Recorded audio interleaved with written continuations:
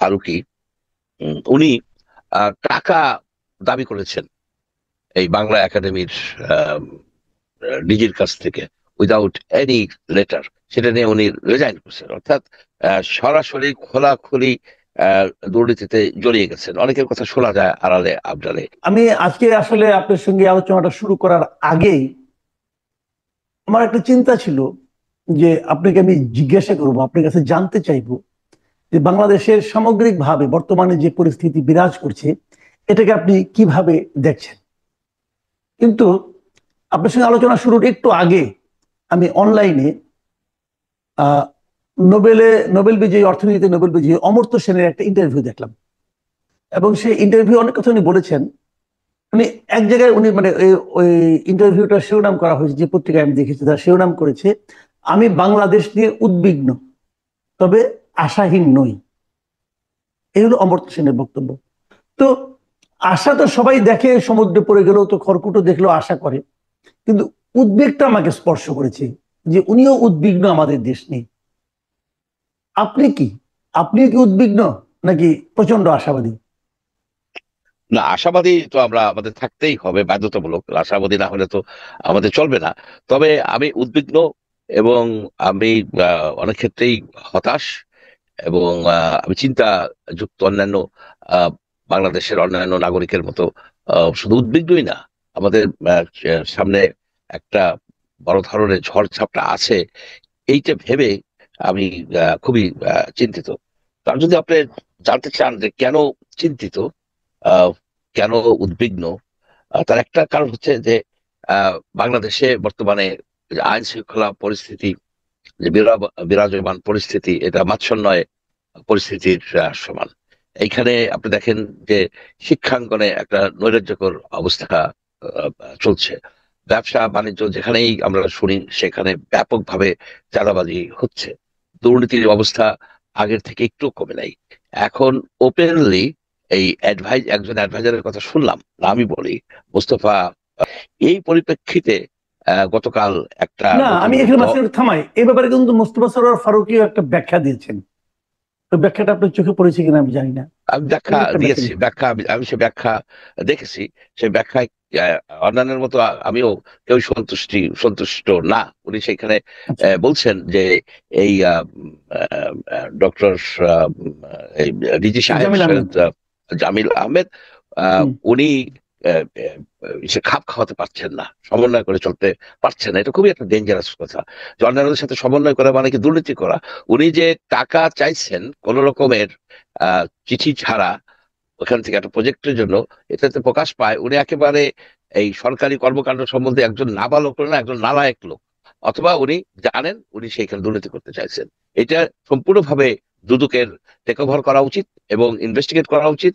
উনি ফোনে কি বলেছেন এবং অন্যান্য জায়গায় উনি দুর্নীতি করছেন কিনা, আহ, ততক্ষণে ততদিনে ওনার রিজাইন করে বাইরে থাকা উচিত, কারণ উনি যাতে প্রভাব বিঘ্নিত না করতে পারেন। কিন্তু এটা তো হবে না, এটা তো হবে না। অর্থাৎ আমরা যে শেখ হাসিনার আমলে যে দুর্নীতির কথা সবসময় শুনতাম, দেখতাম, এখানে আমরা দেখতাম, সেই জিনিসটা কিন্তু এই 6 মাসের মধ্যে এই উপদেষ্টা মন্ডলী রপ্ত করে নিয়েছেন, এই সরকার রপ্ত করে নিয়েছেন। আচ্ছা, আপনি কি আমি খেয়াল যেটা করেছেন, আপনি কি একটা জিনিস খেয়াল করেছেন, 2-3 দিন আগে ট্রান্সপারেন্সি ইন্টারন্যাশনাল বাংলাদেশ, টিআইবির যিনি চেয়ারম্যান আছেন, ইফতেখার ইফতেখারুজ্জামান জামান সাহেব, জামান, উনিও কিন্তু আপনার এই বৈষম্য বিরোধী ছাত্র আন্দোলনের যারা নাকি নেতা অথবা যারা নাকি ওইভাবে পরিচয় দিচ্ছেন তাদের দুর্নীতির ব্যাপারে কিন্তু উনি প্রকাশ্যে কিছু অভিযোগ তুলেছেন। ওটা কি আপনি চোখে পড়েছিল? হ্যাঁ, আমি এটা দেখেছি শুধু টিআইবি না, অনেকেই এই অভিযোগ তুলছেন। আমি আপনাকে একটা অবভিয়াসলি একটা জিনিস বলি, গতকাল যে আপনার এদের যে এটা হইলো, আহ, নতুন যে দল, জাতীয় নাগরিক পার্টি, জাতীয় জি। নাগরিক পার্টির যে আহ, মানে তারা যে ইনসেপশন, তারা আত্মপ্রকাশ করলেন, সেটা ব্যাপক আয়োজন। সেই আয়োজন পরশুদিন। কমপক্ষে পরশুদিন রাইট। ব্যাপক আয়োজন। সেই আয়োজন যদি আপনি দেখেন যে কমপক্ষে 5 কোটি টাকা লাগছে, মিনিমাম মিনিমাম, তারও বেশি। আপনার যে এই এই সিস্টেম যেটা, মানে সাউন্ড সিস্টেমে তো লাখ লাখ টাকা লাগে, 50, 60, 70 লাখ টাকা লেগে যায়। সেটা করতে পারে, নতুন ভাবে করছেন, তাদের জনসমর্থন আছেন। কিন্তু এই টাকাটার উৎস কি, যেটা আপনিও অনেকবার বলেছেন, কিন্তু আপনার অনেকেই, টাকাটার উৎস কি? পার্টি। আমরা জানি যে জাতীয় পার্টি বলেন, বিএনপি বলেন, আওয়ামী লীগ বলেন, তারা এই ধরনের অনুষ্ঠান করছে, টাকার উৎস তাদের কাছে কেউ জানতে চায় নাই। আমরা এদের কাছে কেন জানতে চাচ্ছি? কারণ এরা হচ্ছে একটা নতুন দল, এরা একটা অসাধারণ কাজ করছেন। যারা এই এই ধরনের কাজকর্ম যারা করছে তাদেরকে তারা উৎখাত করে দিয়েছেন। তারা স্বচ্ছ থাকবেন, তাদের ভিতর স্বচ্ছতা আমরা আশা করি। এবং সবচেয়ে বেশি যে এই নতুন দলটা, এই নতুন এই যে তরুণদের কাছ থেকে আমার প্রত্যাশা ছিল যে তারা বাংলাদেশের থেকে দুর্নীতি, অনিয়ম, তারপরে আপনার এই যে এই দুঃশাসন, দুর্নীতি, এগুলির বিরুদ্ধে ব্যাপক একটা অভিযান, ব্যাপক একটা প্রচারণা, ব্যাপক একটা ক্যাম্পেইন চালাবে। সেই ক্যাম্পেইনে বাংলাদেশ বিশুদ্ধ হবে, পরিশুদ্ধিত হবে।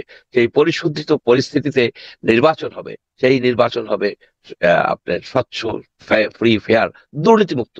সবাই বলে নির্বাচনে তো দুর্নীতি হয়, টাকা দেওয়া হয়, টাকা দিয়ে ভোট কেনা হয়, বিভিন্ন লেভেলের দুর্নীতি হয়। সেই দুর্নীতিমুক্ত একটা ইলেকশন হবে, তাতে যে দল আসবে সেই দল বাংলাদেশকে নতুন ধাপে নিয়ে যাবে। আমরা যে ক্লেদাক্ত পরিবেশের এই দেখলাম, শুধু যে গত 16 বছর তা না, তার আগের থেকে আমরা দেখেছি যে দুর্নীতি কুরে কুরে খাচ্ছে, এটা একটা ক্যান্সারের মতো হয়ে গেছে। তার বিরুদ্ধে কোনো কথা নাই। এখন এই যে তারা এই আপনার এই অনুষ্ঠানটা করলো, এর টাকার সোর্স কিন্তু তারা বলছে না। আপনি বলেছেন, আপনার মতো আরো অনেকেই যারা সোশ্যাল মিডিয়াতে মানে কথা বলেছেন, আমিও এখন বলতেছি, কিন্তু আচ্ছা, এরা আরেকটা তো জিনিস আপনি কোনো আমাকে এই উত্তর কথাটা দেয় একটু না। বলেন, আমার আমার এই ব্যাপার নিয়ে আমার মনে একটা প্রশ্ন আসছে যে এত জাঁকজমকপূর্ণ সমাবেশ না করলে কি চলতো না? সেটা চলতো, কিন্তু এরা গেছে ওই ইসে যে ট্রাডিশনাল যে আওয়ামী হুম। লীগ, বিএনপি, তারপরে জাতীয় পার্টি যেভাবে করে, এরাও সেইভাবে সেই পথেই এরা হাঁটছে। এটা তো আমরা তাদের কাছ থেকে আশা করি না। এখানে যদি তারা সাধারণভাবে অনুষ্ঠানটা করতেন এবং তাতে যে টাকা লাগে সেই টাকা যদি স্বচ্ছ প্রক্রিয়ায় তারা মানে সংগ্রহ করতেন, আমরা তাকে বাহবা দিতাম। আমরা কিন্তু এই জাঁকজমকপূর্ণ এই কার্পেট বলেন, এটা বলেন, এটা আমরা লাইক করি না। আমরা চাই যে তারা বাংলাদেশকে পরিশুদ্ধিত করবেন। এইখানে যে আজকে যে দুর্নীতি হয়, ব্যাপক দুর্নীতি হয়, একটু দুর্নীতি কমে নাই। টিআইবি তে বলছে যে দুর্নীতি আগে থেকে কমে নাই, ক্ষেত্র বিশেষে হয়তো বাড়ছে। এখন এই জিনিসটাকে আপনি কিভাবে এর থেকে পরিত্রাণ পাবেন, সেইটাই কিন্তু আমাকে মানে চিন্তিত করে, আমাকে ভাবিত করে।